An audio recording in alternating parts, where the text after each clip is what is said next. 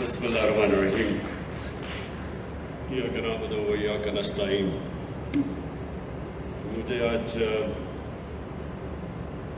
اس project کو اس کی stone link کرنے میں بہت خوشی ہو رہی ہے، اور مجھے آج یہ بڑا ایک جمعہ بھی ہے، ایک بڑا خوشائند دن ہے، کیونکہ آج ہم نے ابھی صبح ایک کانٹریکٹ سائن کیا قطر کے ساتھ، جس میں جو ہمارا پرانا کانٹریکٹ تھا اس میں اور اس میں اب ہر سال ہمیں $300 ملین کی بچت ہوگی، اور انشاءاللہ جو 10 سال اگلے 10 سال میں $3 ارب کی پاکستان کو بچت ہوگی. تو مجھے اس کی بڑی خوشی ہے، اور اس 1 سال سے ہم لگے ہوئے تھے اس کے اوپر نیگوشیٹ کرنے کے لیے. اور یہ جو اب یہ پروجیکٹ ہے، اس پروجیکٹ کے لیے میں ذرا پہلے جو اب سب سے جو میں اپنے خیال آپ کے سامنے رکھنا چاہتا ہوں وہ یہ کہ دیکھیں، جب ملک پہ مشکل وقت آتا ہے تو مشکل وقت سے نکلنے کے لیے ایک ملک کو آؤٹ آف دا باکس سوچنا پڑتا ہے. آؤٹ آف دا باکس مطلب کہ وہ سوچ لے کے آئے ہیں جو کہ وہی پرانی گھسی پٹی سوچ ہے، ہٹ کے وہ کچھ. اب ہمارا مسئلہ کیا ہے؟ ذرا میں اپنی، جہاں میری وزیر بھی سارے بیٹھے ہوئے ہیں، میری ہمارے ممبرز آف پارلیمنٹ بھی بیٹھے ہوئے ہیں، میں ذرا آپ کو سمجھانا چاہتا ہوں کہ اس وقت پاکستان کیا فیس کر رہا ہے. ہمارے پاس 2 بڑے پرابلمز ہیں، اور وہ لوگ کہتے ہیں جی پرانی باتیں نہ کرو، لیکن یہ ہمارے جو 10 سال جو ڈیکیڈ آف ڈارکنس جسے ہم کہتے ہیں، 10 اندھیرے سال، ان میں جو قرضے چڑھے ہوئے ہیں اور جس طرح کی اکانومی کی مس مینجمنٹ ہوئی، اسے ہوا کیا؟ 2 چیزیں. ایک ہمارا بہت بڑا فسکل ڈیفیسٹ، اور فسکل ڈیفیسٹ کی وجہ سے قرضے، اور دوسری طرف ہمارا کرنٹ اکاؤنٹ ڈیفیسٹ. مطلب یہ کہ ہمارے پاس جو ہماری امپورٹس اور ایکسپورٹس کے اندر اتنا بڑا خسارہ ہو گیا تھا کہ اس کے لیے باہر سے قرضے بھی لینے پڑے، فورن لونز، اور ہمارا جو فورن ایکسچینج ریزروز وہ بھی گر گئے. ان کے گرنے سے ہمارے روپے کے اوپر پریشر پڑا، اور روپے نے گرنا تھا. یعنی جب ڈالر کی کمی ہوگی تو ڈالر کی قیمت اوپر چلی جائے گی، روپیہ نیچے آ جائے گا. تو جب روپیہ نیچے آیا تو مہنگائی ہو گئی. تو یہ ہمیں وراثت میں ملے تھے. اب ان 2 مسئلوں سے ہم نے نکلنا کیسے؟ سب سے پہلے اپنی آمدنی بڑھانی ہے. خرچے کم کر رہے ہیں، ہم نے کیے ہیں، لیکن جب تک آمدنی نہیں بڑھے گی ہم نہ اپنے خرچے میٹ کر سکتے ہیں، اور جو قرضوں کی قسطیں دینی ہیں نہ ہم وہ قرضوں کی قسطیں دے سکتے ہیں، کیونکہ ہر سال قرضوں کی قسطیں بڑھتی جا رہی ہیں. تو لہٰذا پاکستان کے اندر ویلتھ کریشن جنریٹ کرنا ہے کہ اپنی دولت بڑھائیں تاکہ ہمارے پاس قرضے واپس کرنے کے لیے قوت ہو. تو اس پروجیکٹ کو اس نظر سے آپ نے دیکھنا ہے. اس پروجیکٹ کی جو سب سے بڑی چیز یہ کہ یہ پاکستان میں ویلتھ جنریٹ کرے گا، اور وہ ابھی عمران امین نے آپ کے سامنے فگرز دی، جلدی جلدی بتا دیا اس نے آپ کو. میرے خیال میں آپ کو سمجھ نہیں آئی کہ یہ جو پروجیکٹ ہے یہ کتنا پیسہ جنریٹ کرے گا پنجاب گورنمنٹ کے لیے، پاکستان کے فیڈرل گورنمنٹ کے لیے، ریلویز کے لیے، اور CAA کے لیے. جو پہلا فیز ہے، پہلے فیز کے اندر 1300 ارب روپیہ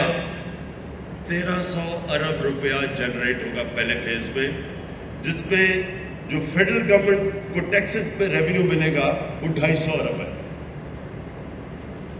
اور اس کا جو دوسرا امپیکٹ پڑے گا وہ بھی نہیں، آپ پہ رجسٹر ہی نہیں ہوا، کیونکہ یہ اس کو ڈی نوٹیفائی کیا جائے گا as an airport. Walton airport denotify ہو جائے گا. اس سے یہ ہوگا کہ یہ جو گلبرگ مین بولاوارڈ فیروز پور روڈ ادھر اس وقت ریسٹرکشن تھی, بلڈنگز کو اوپر جانے نہیں دیا جا رہا تھا کیونکہ اس ایئرپورٹ کی وجہ سے وہ فلائی زون میں آ جاتا تھا. تو جب یہ ایئرپورٹ ڈی نوٹیفائی ہوگا تو یہ سارے علاقوں میں, اور یہ سینٹرز ہیں ہمارے, یہ کمرشل سینٹرز ہیں, مین بولاوارڈ, فیروز پور روڈ, سارا گلبرگ, یہ اکنامک ہب بن سکتا ہے کیونکہ یہ پھر اوپر جا سکیں گے. تو اس سے دو فائدے ہوں گے. ایک تو جو ہمارا اب جو لاہور ہے یہ جو پھیلتا جا رہا ہے اس کو روکنے کے لیے تو ورٹیکل اوپر جانا پڑے گا, کیونکہ لاہور جب میں بڑا ہو رہا تھا تو لاہور تقریباً زمان پارک پہ ختم ہو جاتا, اس کے زمان پارک کی یہ سارا گلبرگ وغیرہ تھا, یہ ہم ان کو دیہات سمجھتے تھے, کھیت کود تھے یہاں سارے. تو یہ اتنی تیزی سے پھیلا ہے کہ اس کے بہت وہ منفی اثرات آگے سامنے آ رہے ہیں. سب سے پہلے پانی کا, بہت بڑا پانی کا مسئلہ ہو گیا, وہ واٹر ٹیبل نیچے جا رہی ہے اور بھی تیزی سے نیچے جا رہی ہے. دوسرا جو سارا لاہور کا سیوریج ہے وہ جا رہا ہے راوی کے اندر. جب راوی کا سیوریج کا مطلب کہ وہ سارا نیچے سندھ تک اس سارے شہر کا سارا سیوریج نیچے جا رہا ہے جو کہ پانی کو بھی خراب کرتا ہے. کئی لوگ تو دریا کا پانی پیتے ہیں نیچے, اور دوسرا واٹر ٹیبل بھی وہ بھی کنٹامنیٹ ہو رہی ہے. اور جو راوی ہے وہ جب سردیاں آتی ہیں تو وہ جب سکڑتا ہے تو وہ بالکل ایک سیوریج کا نالا بن جاتا ہے. تو وہ ایک ایشو. اور جتنا آپ کا شہر پھیلتا جاتا ہے اس کو آپ فیسلٹیز ہی نہیں دے سکتے, نہ آپ ان کو سیوریج سسٹم دے سکتے ہیں, نہ پانی دے سکتے ہیں, اور جو بھی آپ امینٹیز دیتے ہیں ان کا خرچہ بڑھتا جاتا ہے. اس لیے دنیا میں ماڈرن سٹیز اوپر جاتی ہیں. اور پھر یہ جب والٹن ایئرپورٹ ڈی نوٹیفائی ہوگا تو یہ سارے علاقوں کو جب اجازت کی کمرشل اوپر جانے کا, تو جو انہوں نے ایسٹیمیٹ کیا ہے, اور عمران میں یہ چاہوں گا کہ آپ کے میڈیا کو بریک ڈاؤن دیں, یہ ایسٹیمیٹ کرتے ہیں کہ اس کا کمرشل ویلیو جو ہماری ویلتھ جنریٹ ہوگی وہ 6,000 ارب روپے ہو گئے. 6,000 ارب روپیہ. کیونکہ مجھے لگتا ہے یہ سامنے میرے خیال میں آپ لیٹ نائٹ سب نے کی ہوئی ہے کیونکہ سوئے ہوئے آپ سب, کوئی تالیوں کی آواز نہیں آئی کہ 6,000 ارب روپیہ جنریٹ ہوگا. یار سلیم خان آپ کو تو خیر خاص پتہ چلنا چاہیے نا ان چیزوں کا, کیونکہ آپ تو ہیں اس بزنس میں. دیکھیں یہ اس کا جو آپ کاسٹ, ایک یہ جو ہم والٹن کا پروجیکٹ شروع کر رہے ہیں, دوسرا جو راوی سٹی ہے, یہ جو دو پروجیکٹس ہیں یہ پنجاب کو, یہ پاکستان کو, یہ سارے پاکستان میں ویلتھ کریٹ کریں گے, ریونیو جنریٹ کریں گے. اور ویسے بھی یہ جو ایئرپورٹ کبھی شہر کے بیچ میں نہیں ہوتا, یہ بڑا 3-4 کریش ہوئے ہیں پچھلے چند سالوں کے اندر, جب ایئرپورٹ اور فلائنگ کلب شہر کے اندر نہیں ہوتا. ان کے لیے ہم نے ایک اور جگہ دے دی ہے اور اس پہ انشاءاللہ بھی کنسٹرکشن شروع ہو جائے گی تاکہ یہ آلٹرنیٹ شہر سے باہر چلا جائے, اور اس کو پھر ہم پوری طرح ایک کمرشل سینٹر بنائیں. ایک اور میں نے دیکھ رہا تھا کہ اب ہمارے کئی لوگ کہہ رہے تھے کہ یہاں درخت کٹ جائیں گے, اور پتہ نہیں یہاں لاہور کے اندر ہم اور کانکریٹ یا پتہ نہیں کیا لگا دیں گے. کیونکہ میں وہ ادھر راوی پروجیکٹ میں بھی یہی لوگ کہتے گئے کہ جی یہاں بھی انوائرمنٹ کے لیے نہیں اچھا ہوگا. اور یہ بھی پہلے تو میں سب کو یہ کلیئر کرنا چاہتا ہوں, پاکستان کی تاریخ کا جو سب سے بڑا انوائرمنٹلسٹ ہے وہ میں اپنے آپ کو سمجھتا ہوں. پاکستان کی تاریخ میں سوچا ہی نہیں تھا درخت لگانے کا, کسی نے نہیں سوچا, بلکہ سارے پاکستان کے بڑے بڑے جنگل ختم ہو گئے. ہم بچپن میں یہ چھانگا مانگا, چیچا وطنی, دیپال پور, یہ کندیاں کے جنگل میں، سارے بچپن میں ان جنگلوں میں ہم نے، وہ ریسٹ ہاؤسز ہوتے تھے یا وہ بڑے بڑے جنگل تھے، سب ختم ہو گئے، جنگلوں کی زمینوں کے اوپر قبضے ہو گئے. تو پہلی دفعہ پاکستان کی تاریخ میں کسی نے سوچا تھا درخت لگانے کا، وہ ہم نے خیبر پختونخوا میں جو 1 ارب درخت لگائے تھے، جو انٹرنیشنلی اکنالج ہے. تو یہ سب سے پہلے مطمئن ہو جاؤ کہ کوئی درخت نہیں کٹ رہا ہے، یہاں کوئی درخت نہیں کٹ رہا. اور اگر کوئی بھی درخت ہمیں ہٹانا پڑا تو ہمارے پاس اب اکوپمنٹ ہے، اس کو ری لوکیٹ کر دیں گے.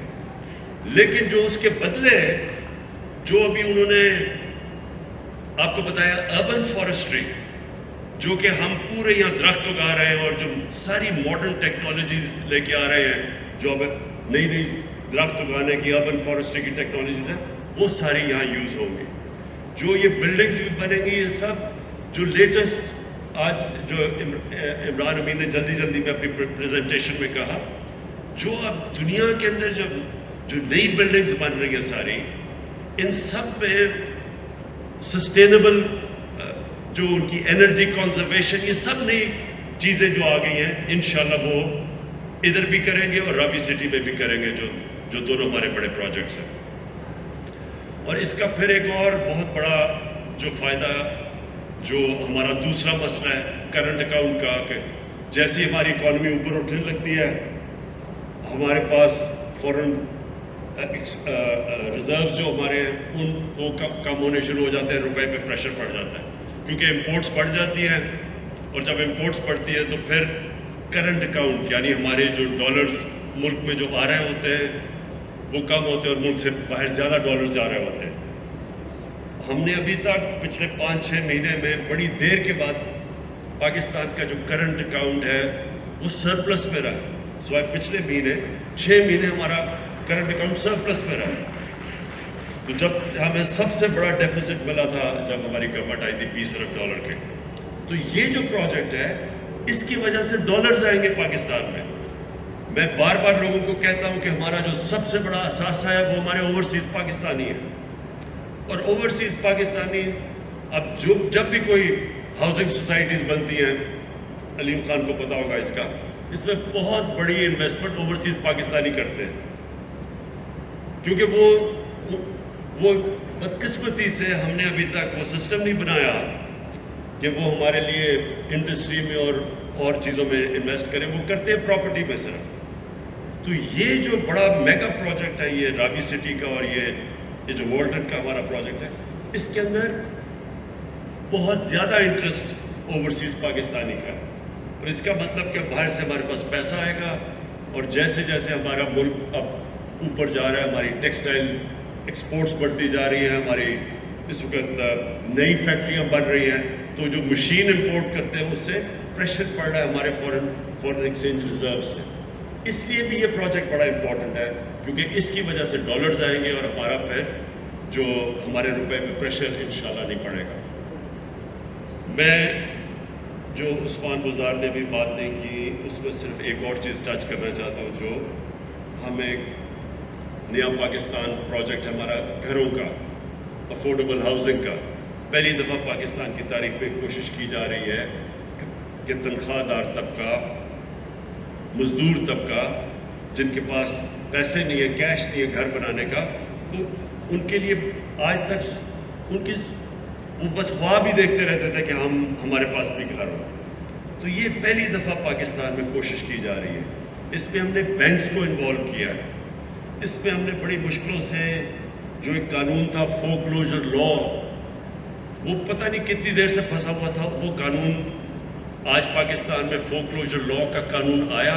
اس لیے بینکس بھی اب اس میں آ چکے ہیں، اور ہم پوری کوشش کر رہے ہیں کہ آپ بینکس کو انکریج کریں، کیونکہ ان کو اب تک عادت نہیں تھی کہ چھوٹے لوگوں کو قرضے دینے کی. بینکوں کو کوئی عادت نہیں تھی.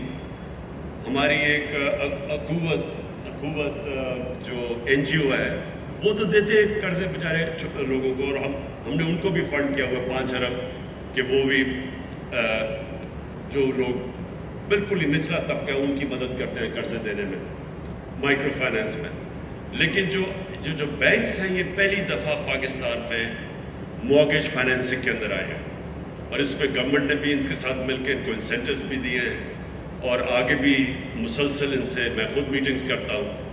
یہ ہم پہلی دفعہ جو انہوں نے ابھی فلیٹس اناؤنس کیے، 50,000 میرے خیال میں فلیٹس اناؤنس انہوں نے جو کیے، یہ سارا ہمارا نیا ہاؤسنگ پروجیکٹ کے تحت ان کو فائنینسنگ کی جائے گی۔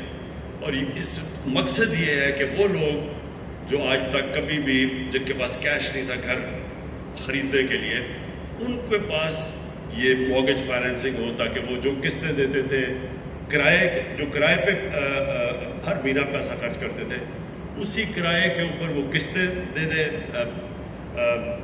بینکس کو، اور ان کو اپنا گھر ان کو مل جائے گا۔ اور انشاءاللہ یہ جو ہمارا سال ہے، اب تک تو یہ پورا اسٹرکچر ہی تیار ہو رہا تھا اس کے لیے، نیا پاکستان ہاؤسنگ کے لیے، اور پرابلم مشکل قانون چینج کرنے پڑے، رولز ریگولیشنز چینج کرنے پڑے، FBR کے ساتھ بیٹھ کے ٹیکسز کم کرنے پڑے، یہ سارا پروسیس کافی ٹائم لگا ہے، لیکن اب انشاءاللہ ہم تیار ہیں کہ یہ پورا لانچ کریں اپنی جو افورڈیبل ہاؤسنگ جو کبھی بھی پاکستان میں پہلے کسی نے نہیں کیا۔ اور آخر میں خاص طور پہ آپ کو چیف منسٹر صاحب، میں آپ کو مبارک دیتا ہوں، یہ جو بڑی ریکارڈ ٹائم کے اوپر ہم نے یہ سب کچھ تیاری کی ہے اس بڑے پروجیکٹ کے لیے، اور یہ ایسا پروجیکٹ ہے کہ جو بڑی جلدی لوگوں کو اب نظر آئے گا ٹیک آف کرتے ہوئے۔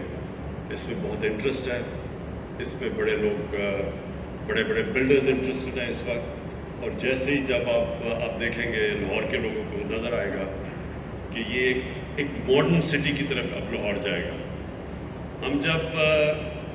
میں نے تو شروع سے دبئی میں جب جاتا تھا تو چھوٹا سا دبئی شہر تھا، اور اس کو اتنا بڑا دیکھا تو اس کے پیچھے پیسے سے زیادہ ایک ویژن تھی۔